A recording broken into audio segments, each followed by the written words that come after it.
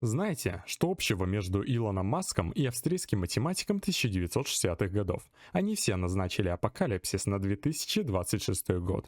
Серьезно, Хайнц фон Ферстер еще полвека назад вывел формулу и заявил: 13 ноября 2026 года население Земли уйдет в бесконечность. Мы умрем от перенаселения. Стоп! Но Илон Маск говорит обратное. Уровень рождаемости упал почти во всех регионах мира. Исчезнут целые культуры. Так что же мы празднуем в 2026 году? Перенаселение или вымирание? Сегодня мы не будем ныть над графиками, мы просто включим секундомер и посмотрим, сколько нам осталось. Ну а ты присаживайся поудобнее, с вами я, Мизучару, и мы начинаем. На самом деле, этот вопрос очень неоднозначен, ведь сейчас население Земли составляет уже целых 8,3 миллиарда человек, и оно стремительно растет. Но не стоит слишком рано бить тревогу. Сначала ответьте мне на один вопрос. Знаете ли вы, что такое рейтинг фертильности? Или же на русском индекс рождаемости? Если нет, то сейчас расскажу. Индекс рождаемости – это среднее количество рожденных детей на одну женщину. И сейчас этот показатель составляет 2,2 ребенка на женщину. Но вот вы мне можете сказать, что ты с этими цифрами? Лучше скажи, это хорошо или плохо? А я вам отвечу, что это чуть выше нормы для поддержания существования человечества. С 1990 года по 2020 годы этот показатель стремительно падал с 3,3 ребенка на женщину до 2,2 по сегодняшний день. Но не стоит расстраиваться, потому что на данный момент этот показатель встал на одном месте. А почему это произошло, я сейчас вам и покажу. Ну а перед этим, пожалуйста, поставьте лайк и подпишитесь на канал, потому что это только первое видео на нашем канале, и ваша активность была бы очень кстати для нас, так что, пожалуйста, подписывайтесь. Ведь YouTube очень любит, когда вы ставите лайки и подписываетесь. Для вас всего лишь это пару секунд времени, а для нас это огромный труд. Посмотрите на эти данные. В красном кружочке я выделил уровень рождаемости в африканских странах за 2023 и 2025 год. И посмотрите, рождаемость в Африке падает. А теперь переместимся вниз списка к европейским странам, и мы увидим, что рождаемость наоборот увеличилась. Раньше мир был пирамидой. Внизу куча детей, наверху пара стариков. Сейчас мир — это перевернутая пирамида. Или, как говорят демографы, серебряное цунами. Медианный возраст в мире 31 год, но в Европе он уже 43 года. Что это значит? Это значит, что скоро некому будет работать. В Японии уже сейчас продают роботов-нянек для стариков, потому что людей не хватает. Представьте, что вы вышли на пенсию в 65. Сколько еще кормильцев будет на вас работать? Считаем. В Европе на одного пенсионера приходится все меньше и меньше работяг. Экономика начнет задыхаться. Ипотека? Да кому она нужна, если население вымирает? Политики любят говорить: «Нужно больше мигрантов». Да, миграция спасает США и Европу. Чистый прирост там и есть за счет приезжих. Но проблема глобальнее. Взгляните на карту будущего к 2050 году. Население Африки перевалит за 2,4 миллиарда. Это каждый четвертый человек на Земле. Европа потеряет еще 40 миллионов человек. Почему же люди перестали рожать? Давайте честно, без занудства. Причина номер 1. Высокая стоимость жизни и дефицит жилья. Хотите детей? Купите квартиру. Нет квартиры? Сиди и работай. Причина номер 2. Женщины не хотят терпеть гендерное неравенство и сидеть дома. В Японии, например, половина женщин в возрасте до 50 лет не замужем, просто не хотят. Причина номер 3. Мы стали синглами. Одиночек стало в разы больше.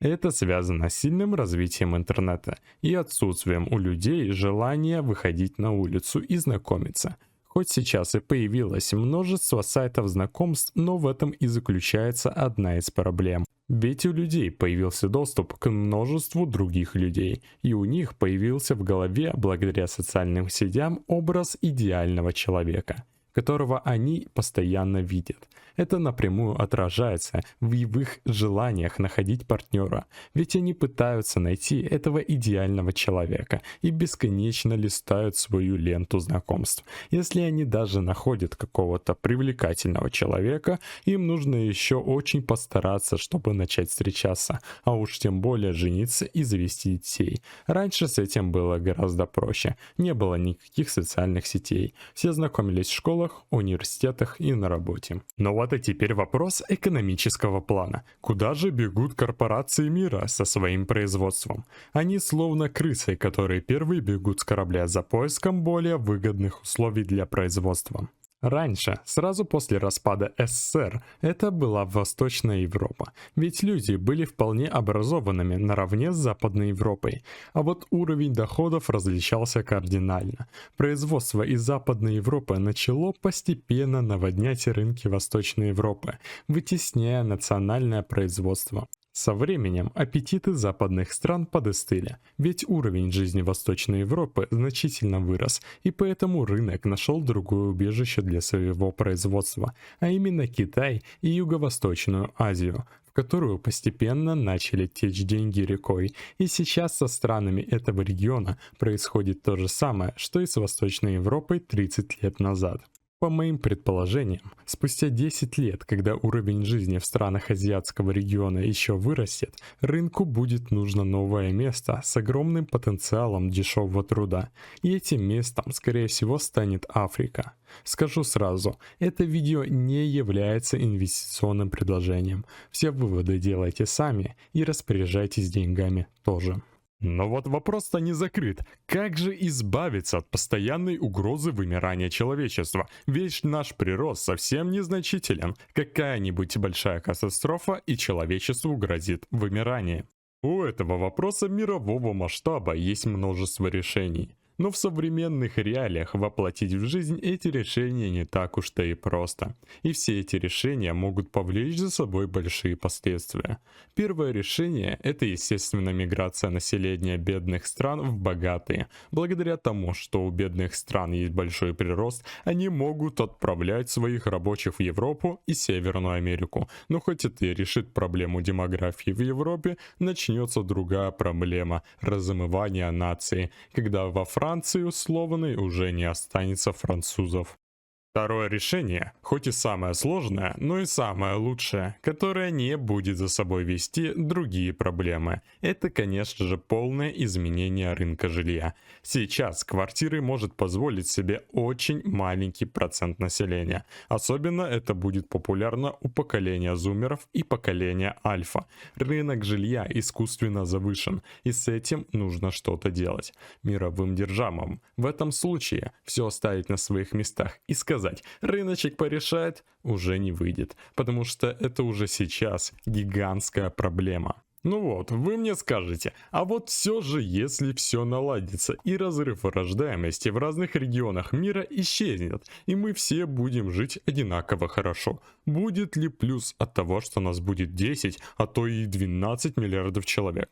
А я вам отвечу: да, будет. Люди в большей степени даже не представляют, насколько нас мало. Если поместить всех живущих на Земле людей в пустыню Сахара, тогда мы увидим, что каждый человек сможет себе получить участок в 10 соток. Если наше население увеличится, это хоть и означает большее количество голодных ртов, но даже сейчас человечество производит гораздо больше, чем потребляет. Проблема лишь в распределении доходов населения. Так что с голоду мы не умрем, а вот больше людей означает большее количество гениальных умов, которые будут создавать, открывать и двигать нашу цивилизацию вперед. Помните того математика Ферстера с его судным днем 13 ноября? Он ошибся. Мы не взорвались, мы сдуваемся. Но если это судный день, то он выглядит не как взрыв, а как тишина. Закрытие школ в Корее, пустые города в России, брошенные деревни в Латвии. В 2026 году мы стоим на перекрестке. Если вы живете в Африке, у вас будет перенаселение и голод. Если вы живете в Европе, у вас будет вымирание и мигранты. Если вы живете в Азии, вы работаете на износ, чтобы прокормить стариков. Через 30 лет половине из нас будет за 50. Мир станет седым. И вопрос не в том, сколько нас будет, 8 или 10 миллиардов. Вопрос в том, кто будет платить налоги, пока мы сидим в телефонах и боимся рожать. Илон Маск предупредил. Он бьет тревогу. Слышим мы их или нет? А вы как думаете, спасет нас миграция или мы просто исчезнем как цивилизация? Пишите в комментариях. И да, если вы доживете до 13 ноября, поставьте лайк. Это будет означать, что Ферстер все-таки ошибся. Ну а я искренне надеюсь, что первое видео на нашем канале вам понравилось, так что обязательно подписывайся на канал. И давайте всем удачи и всем пока.